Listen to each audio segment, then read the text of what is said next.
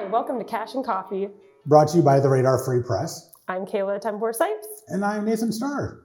So, Kayla, we've wanted to kind of talk this time around a little bit about something that's been in the news lately is the government shutdown.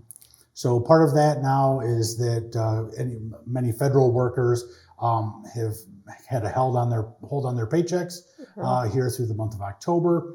Now they're, in the news has been that starting in November, SNAP benefits for those that are in public assistance are also going to be on a freeze.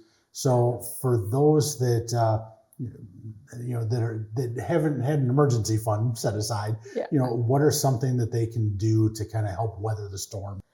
Yeah, I think remembering what you can be in control of and really grasping that and proving to yourself that, you can make it through this. The government is out of your control. You can't control them. So know what you can control. Control your emotions, control your finances, and we're going to do that by tightening up that budget. So anything that's a want right now, put it on the back burner. Don't buy it right now and only concentrate on your needs right now. You can also look out for resources in your local community churches. They have a lot of community meals for free. And then you have those community tables, produce tables. So be looking for those in your community. I know Morrison, Fulton, Sterling, they all have them. So reach out to those churches and see what they can offer you in this tough time. And I also know that there's food banks in the area as well. Yep. I know that there could be possibilities of them struggling as well to be able to get produce and stuff for everybody, but they're going to try to do whatever they can to make sure that they meet that need for not only their normal customers but also for those that are needing that assistance right now. Yeah, for sure. I think they might be running low on the funds and the food because of how big of a group of people that are going to come to them this next week. And we have Thanksgiving coming up as well. So really, this is like not a good time for the government to be doing this. But once again, that's out of your control. So instead of getting upset about it, really concentrate on those things you can control.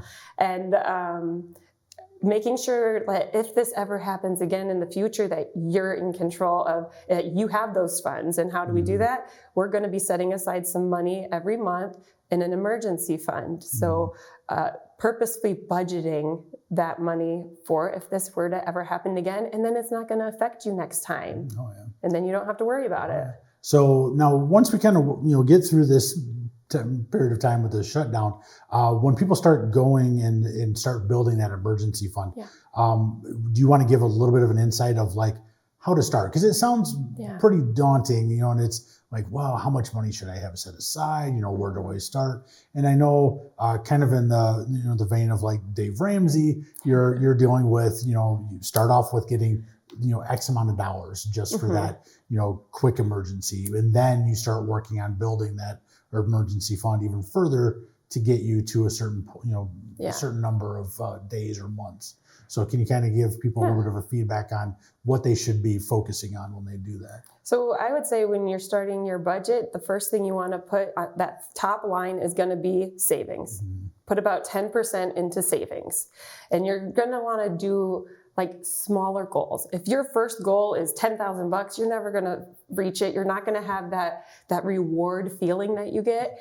So you want a smaller goal. So $1,000 is going to be usually your first goal is a starter emergency fund. And once you get to that amount, you're going to get that dopamine rush of like, oh, I did it. I saved $1,000. Now how much should I save? And you're going to get excited about it. And then you're going to make a new goal. And then maybe you want to make your goal 5,000. But the end goal is going to be to get to 3 to 6 months of savings in that emergency fund. So that way, you kind of look at your budget and what it's going to cost you to survive during that time, at least for the bare minimum. You're not going to say that, my subscriptions to all the streaming services, I got to make sure that's in there. Because when you're in an emergency, you don't need those subscriptions. You're not living off of them. Right, exactly. You want to make sure that you're able to, put gas in your car to get you back and forth to work, put food on the table, pay the bills, whether you have rent or house payments, things along that line. Those are the important things that you're looking at spending. And those 4 things are your 4 walls. So that's going to be your housing, your utilities, and your transportation and to gas to and from work. All right, excellent.